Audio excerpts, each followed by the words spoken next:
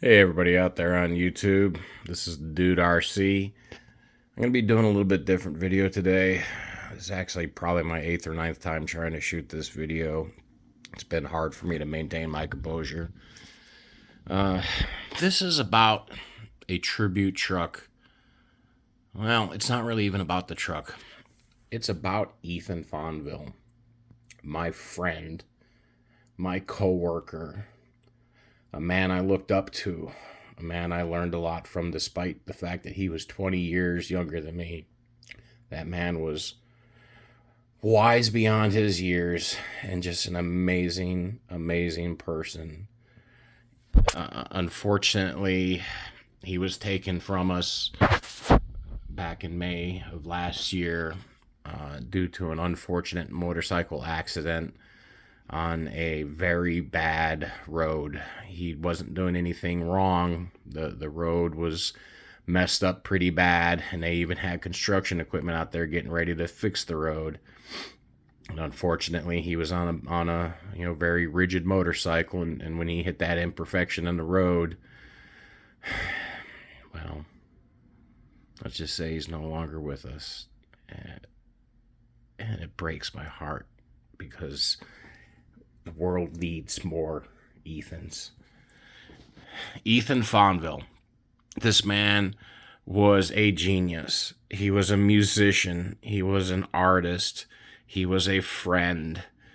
He was the most compassionate person I've ever met. One of the most intelligent people I've ever met. The best automotive technicians I've ever met. He made my work days wonderful. I would pull into work and I would see this vehicle, his actual K5, sitting there, and I knew it was going to be a good day because my friend was there and I got to spend the day at work with my friend. And it breaks my heart not seeing his Blazer sit there every day when I get to work. And I really wanted to make as close of a replica to it as I could, so I could keep it with me at work. Again, I'm sorry. He was a good friend. He's sorely missed. I I don't even know what to say. Man was just he was a great man. I guess we'll talk a little bit about the truck, maybe a little bit here. This truck, see, I gotten into rock crawling back in March of last year, and in April, Ethan had actually found this G-made GS02 Buffalo online. Now, they were out of stock back then, and he was going to wait till they came back in stock and have me order one for him. Neither one of us knew that they were not a built kit. We thought they were a fully built kit because they showed two different ones, one in military green, and then they showed one in, well, they showed that one. So we thought the truck came already together, and as these pictures I'm going to overlay here, you could see it. It was anything but fully put together, or even close. Knowing this now, had I known this back then, I would have ordered the military version, simply because his Blazer had the military version brush guard on it, and the only place I can get it from is G-Made, and they of course are out of stock for those brush guards. But the rest of the truck, we got it as close as possible. He didn't have these fender flares on his. He did always want to get a set of them. I don't know if he ever did end up finally finding some. I know he was having a hard time because he wanted the bolt-in style like that. So I was happy at least the kit came with that. But my good friend at Ron at Hobbytown got this body all painted up and patinaed just like Ethan's truck was on both sides. He got the rubs just excellent.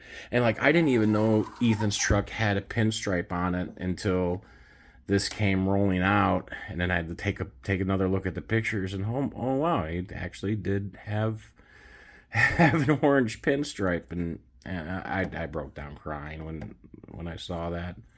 So Ron did an amazing job of making the body look the part. My friend Riley is the one who finally sourced this for me.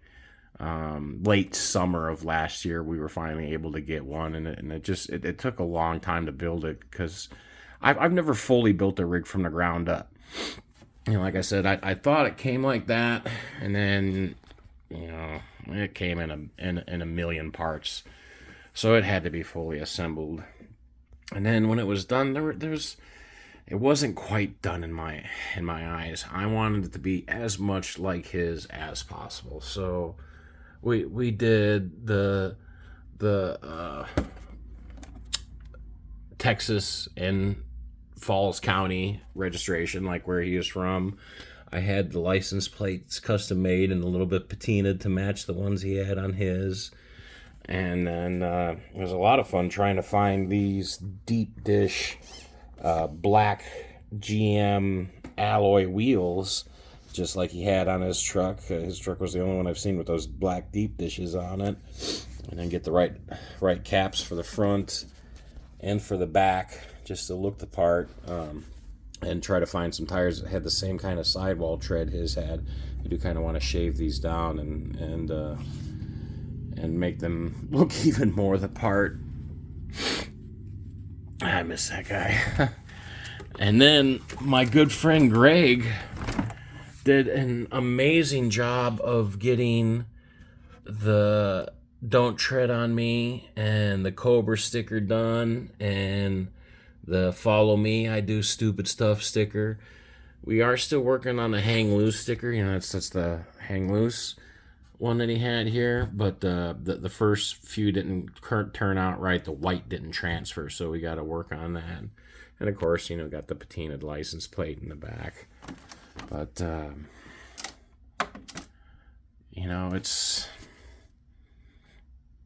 it was made to sit on my shelf at work, to sit with me at work, so I could always have my friend there with me. But my friend Ron over at Hobbytown, he said this thing needs to work. So he made sure that he made it work. And I love how he did it, because he did it exactly how Ethan would do it. So to the interior of the truck, like I said, it was made in Ethan fashion with a couple small changes. Like his truck started off life with a 305 or a 307, I forget which engine, but and he threw a 350 in it. So we threw a 35 turn motor in there. And just how Ethan would do. Ethan used to love to find stuff that people weren't using, things that were designed for other things, and make them work for yet other things again.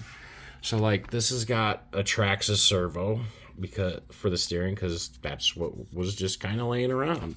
It's got a high-tech servo for the 2-speed transfer case again, because hey, that's what was there, that's what was laying around. We went with a brushed 2-in-1 ESC because it fit, it got the job done perfectly, and the truck drives very well.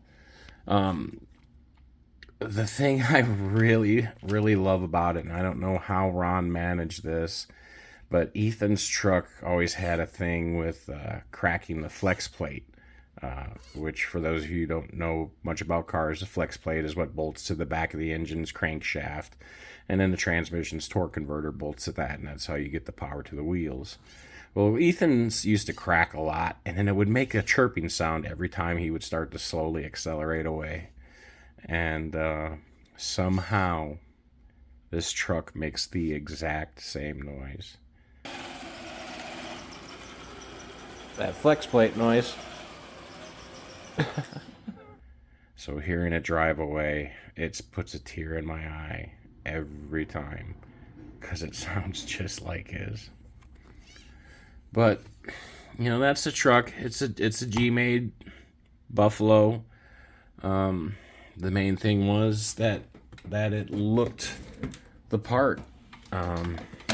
They do have a very interesting body and the way that they go on here. Let's get that slid on. So you get them slid in the back there, and then you get it locked in place up front. And there's a couple little pins that go underneath to lock it all down. But this is Mr. Ethan Fonville's tribute truck. I absolutely love it.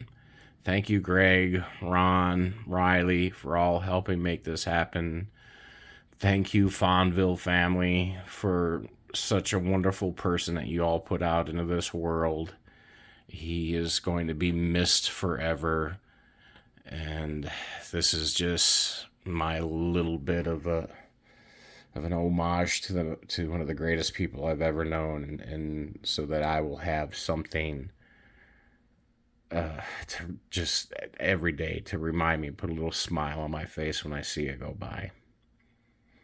So anyway, that's pretty much the end of it. This was just wanted to let the world know about Ethan, because this planet needs more people like him, needs more people that just care and love and do for others without any thought of themselves. Need that humor, need that artistry, need the talents, need the skills. Ethan, brother, we love you. We miss you.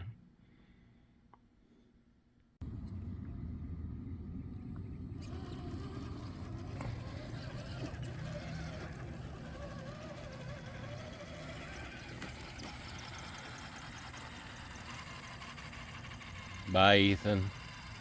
Don't forget to fix that flex plate, buddy. Hope to see you soon someday, brother.